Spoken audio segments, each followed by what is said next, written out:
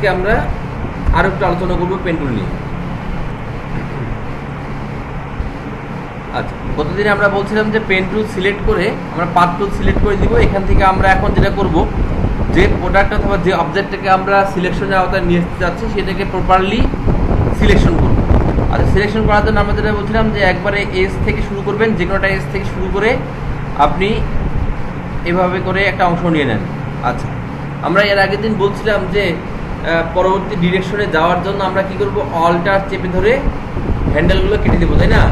তো মনে রাখেন, আজকের পর থেকে আর কোনোদিন আপনি হ্যান্ডেল কাটবেন না। আজকের পর থেকে আমরা কখনো হ্যান্ডেলগুলো কাটবো না। হ্যান্ডেল না কাটে আমরা সেটা কী করতে পারি সেটা আমরা দেখব। এখন আমরা যেটা করব, পেন টুলে থাকা অবস্থায় এখন আমি যদি হ্যান্ডেলটাকে না কাটি, আমি এটা মিলাতে পারবো না। দেখেন, এই হ্যান্ডেলটাকে যদি আমি না কাটি, আপনি এটা মিলাতে পারবেন?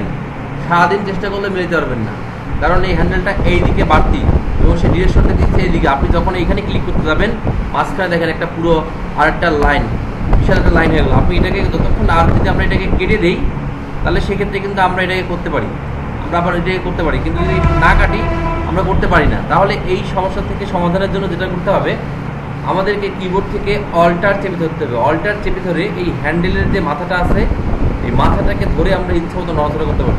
অল্টার চেপে ধরে, কথাটা বোঝেন, অল্টার চেপে ধরে আমরা হ্যান্ডেলটাকে, এই যে হ্যান্ডেল, এটাকে বলা হয় পেন টুলের হ্যান্ডেল, এটাকে আমরা ইচ্ছা মতো মুভ করে দিতে পারি। এখন আমরা যেটা করবো, এই হ্যান্ডেলটাকে অল্টার চেপে ধরে জাস্ট কী করবো, এই যেদিক দিয়ে আমরা আসছি সেই দিকে লাগাই দেবো। তাহলে কী হলো, এখানকার হ্যান্ডেলটা থেকে গেল। এখন আমরা যদি এই পেন টুলের হ্যান্ডেলগুলো বারবার কেটে দিই, তাহলে যেটা হবে, পরবর্তীতে যদি কাজ করতে গিয়ে দেখা যাবে যে আমার কোনো একটা জায়গা বাড়তি হয়ে গেছে, কোনো একটা জায়গা ব্রাউন ভালোভাবে হয়নি, সেটাকে আমরা অ্যাডজাস্ট করতে পারবো না। কিন্তু আমি যদি হ্যান্ডেলগুলো রেখে দিই, তাহলে আমি সেটাকে পরেও আবার অ্যাডজাস্ট করতে পারবো। আর সেই কারণে আমরা হ্যান্ডেলগুলো কাটবো না। এই হ্যান্ডেলগুলো আমাদের অনেক কাজে দেবে। তাহলে সেটা কী করবো আমরা, তাহলে এরকম যেটা বাড়তি থাকবে, এরকম যেটা বাড়তি থাকলো, আপনার বাড়তি থাকার কারণে আপনি আমার এইদিকে আসতে পারতেছেন না, কিন্তু আপনি অল্টার চেপে ধরে যদি এই মাথাটাকে এইভাবে করে এখানে লাগাই দেন, এখন আপনি কিন্তু এখানে আসতে পারতেছেন, এখন আর কোনো সমস্যা নেই। তার মানে কি, না কেটে দিয়েও আপনার কাজটা হয়ে গেল। ঠিক আছে, এখন আমি কী করলাম, না কেটে দিয়ে অল্টার চেপে ধরতেছি বারবার, আবার এটাকে যেদিকে যাচ্ছে সেদিকে করে দিচ্ছি। দেখেন, তাহলে এইটা করলে বরং আরও কাজটা সহজ হয়। দেখেন, আমি কী করলাম, এখানে ক্লিক করলাম, এখানে ক্লিক করলাম, আমি এখানে ক্লিক করলাম করে আমি না কাটবো না, আমি পেন টুলের কার্সরটা তুলবো না, মানে মাউসের কার্সরটা না তুলে অল্টার চেপে ধরে এইটা একটু ছোটো করে নিলাম। তাহলে আমাকে আর বারবার কাটতে হচ্ছে না, বারবার আর আমাকে এটা কাটতে হচ্ছে না। কাটতে গেলে কিন্তু অনেকটা সময় চলে যায়। এবার আমি এটাকে টেনে নিলাম, নিয়ে অল্টার দিয়ে আবার কি করলাম, এটাকে ছোটো করে দিলাম। বুঝি না, পেন টুল ইউজ করলে ফটোশপ কেন জানি আমার মাথা খারাপ হয়ে যায়। পেন টুল ঠিক মতো কাজ করছে না।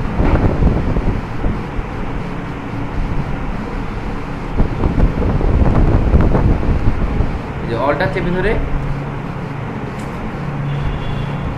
এত স্লো হলে কীভাবে কাজ করবো? ল্যাপটপ কোনো কামেরই না, বুঝা জিনিস। এসব কাজের জন্য ডেস্কটপ বেস্ট। পেন টুল আটকে যাচ্ছে, এত দামি কনফিগারেশন, তারপরেও যদি এই অবস্থা হয়।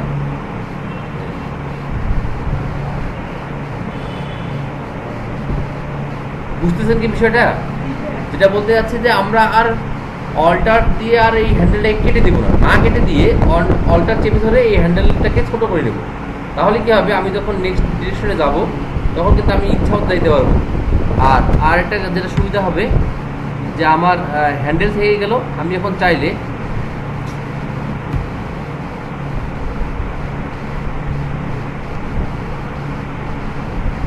একা একা কাজ করতেছি। যেমন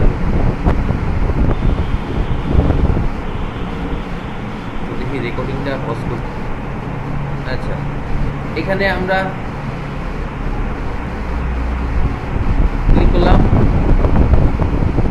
এই রেকর্ডিং সফটওয়্যারটা মনে হয় স্লো করে দেয় বেশি। এটা মাঝে মাঝে ফিল করি যে রেকর্ডিং অফ করে দিলে আর এরকম ঝামেলা হয়ে যায়, আটকে যাচ্ছে। অন্য কোনো সফটওয়্যার ইউজ করা লাগবে, এই সফটওয়্যারটা মানে ভালো না। এই যে সব রেকর্ডিংয়ের জন্য এটা আটকে যাচ্ছে, সেই তো বলি এতক্ষণ দিয়ে কাজ করলাম, এতক্ষণ কোনো ঝামেলা হলো না, এখন আবার কি ঝামেলা হলো।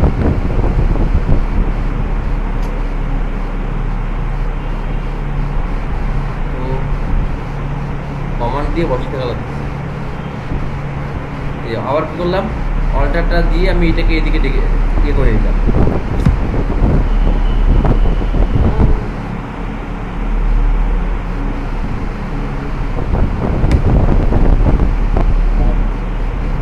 কি এলো